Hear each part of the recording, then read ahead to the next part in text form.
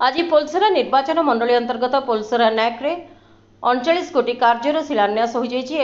राज्य सरकार विभिन्न योजनार सहायता प्रदान कार्यक्रम आयोजित हो कोणार्क कल्याण मंडप ठारे आयोजित कार्यक्रम को न्याक अध्यक्ष संगीता बेहरा अध्यक्षता करथिबा बेले मत्स्य पशु संपद विकास अणु क्षुद्र और मध्यम उद्योग मंत्री गोकुलानंद मल्लिक जोग देथिले। प्रथमे मंत्री श्री मल्लिक जगतरनाथ श्री जगन्नाथ निकट में प्रदीप प्रज्वलन कर कार्यक्रम शुभारंभ करथिले एवं न्याक्र उन्नति सकाशे 39 कोटी कार्यर शिलान्यास करथिले। प्रधानमंत्री आवास योजना गरीब असहाय परिवार को स्थायी आवास जोगाई सेमानक जीवनधारा को सुधारिबो बोली कहिथिले। सामाजिक सुरक्षा योजना खाउटी कार्ड माध्यम आवश्यकता थिबा लोकंकु आर्थिक खाद्य सुरक्षा मिलिबो। स्वयं सहायक गोष्ठी को आर्थिक सहायता महिला सशक्तिकरण उद्यमिता को प्रोत्साहन देव जहाँ स्थानीय अर्थनीति को मजबूत कर पट्टा बंटन में जमीहीन परिवार को जमीर अधिकार प्रदान कर सेमानकु सामाजिक स्थिति आत्मसम्मान देव। 39 उन्नतिमूलक प्रकल्प जेपरि रास्ता पानी जोगाण विद्युत और अन्य भित्तिभूमि विकास प्रकल्प पोलसरार ग्रामीण अंचल को आधुनिक सुविधा जोगाई जनसाधारण जीवन को सहज समृद्धि करिवो। एही समस्त उद्यम आमर सरकार विकसित ओडिशा दृष्टिकोण को प्रतिफलित करुछि बोली मंत्री श्री मल्लिक प्रकाश करथिले। एहा सहित राज्य सरकार पक्षर किछि विद्यालय को गोदावरी विद्यालय अंतर्भुक्त 16 जन शिक्षक नियुक्ति 28 पदवी पूरण और पोलसरा विज्ञान महाविद्यालय उन्नति सकाशे अनुदान प्रदान करिथिबा मध्य प्रकाश करथिले मंत्री। तहसीलदार दीप्तिमयी पात्र, उपाध्यक्ष संतोष कुमार बेहेरा, कार्यनिर्वाही अधिकारी कैलाश चंद्र जेना, पूर्वतन नगरपाल प्रफुल्ल प्रधान, गुमुसर सांगठनिक जिला उपसभापति प्रभाकर पंडा, सांसद प्रतिनिधि सीमांचल साहू, यज्ञनारायण साहू समेत समस्त काउंसिल मंचासीन होइथिले। पोलसरा न्याक्र ओम प्रसाद जेना नामक छोट बालक कार्यक्रम चलता समय मंत्री को फुलतोड़ा दे मंत्री ऑटोग्राफ नहीं मंत्री श्री मल्लिक अत्यंत खुशी हुई बालक को ऑटोग्राफ देवा सहित निजे पाइथिबा उपढौकन मध्य प्रदान करथिले। आज पोलसरा एनएसी गोटे भल दिन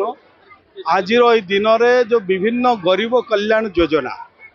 राशन कार्ड भत्ता पट्टा एवं उन्नयनमूलक कार्यर मध्य पाखापाखि 5 कोटी टंका उन्नयनमूलक कार्यर भित्तिप्रस्तर करा जाए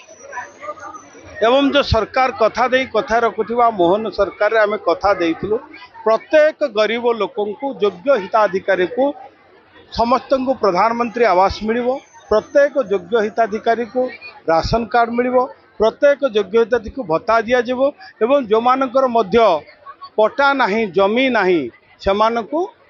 जमीर अधिकार जो मालिकानार व्यवस्था करा जिवो। तेणु आज सरकार निश्चित भाव में समस्त लोकों पाई जो गरीब कल्याण योजना आमर जो लक्ष्य जे अंत्योदय अर्थात समाजर अंतिम भागर थिबा लोक को सहयोग करवा। तेणु से परिप्रेक्षी आज पोलसरा एनएसी को गोटे सरस सुंदर गढ़ी तोड़ापी आज पोलसरार समस्त अध्यक्ष उपाध्यक्ष समस्त काउंसिलर एटी आमर एग्जीक्यूटिव अफिसर तहसीलदार समस्त समन्वय आज तेणु जो मानकर भूमिहीन आम कथा देचु प्रत्येक लोकंकु तांकर अधिकार दिज्व। तेणु पोलस आमर तहसीलदार पाखरे से आवेदन करें आम निश्चित भाव में पट्टा देवार व्यवस्था करूँ। तेणु आज जो बड़ी भव्य दिव्य कार्यक्रम जो विकसित ओडिशा हम विकसित भारत हम पोलसरा एनएसी एक विकसित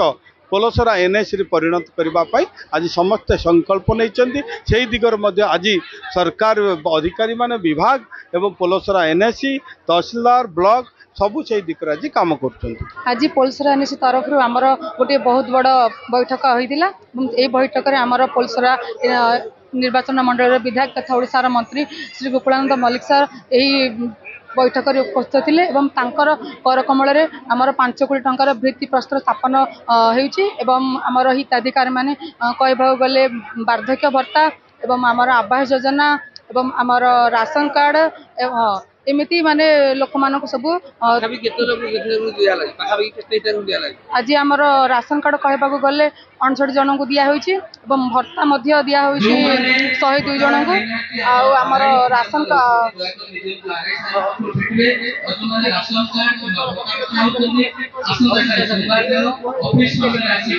सरकार विभिन्न योजना अनुसार समस्त दिहला आज सरकार जो गरीब कल्याण योजना थिला से गरीब कल्याण योजना आमर हिताधिकारी मान अच्छा आमर वार्धक्य भत्ता एवं आम राशन कार्ड PMY माध्यम आम लोक मान बहुत मात्रा लोक थे से योजना मंत्री कर कमल से दि जाइए। गंजाम जिला पलसरारू पिंटू विषय रिपोर्ट प्राइम टीवी ओडिशा।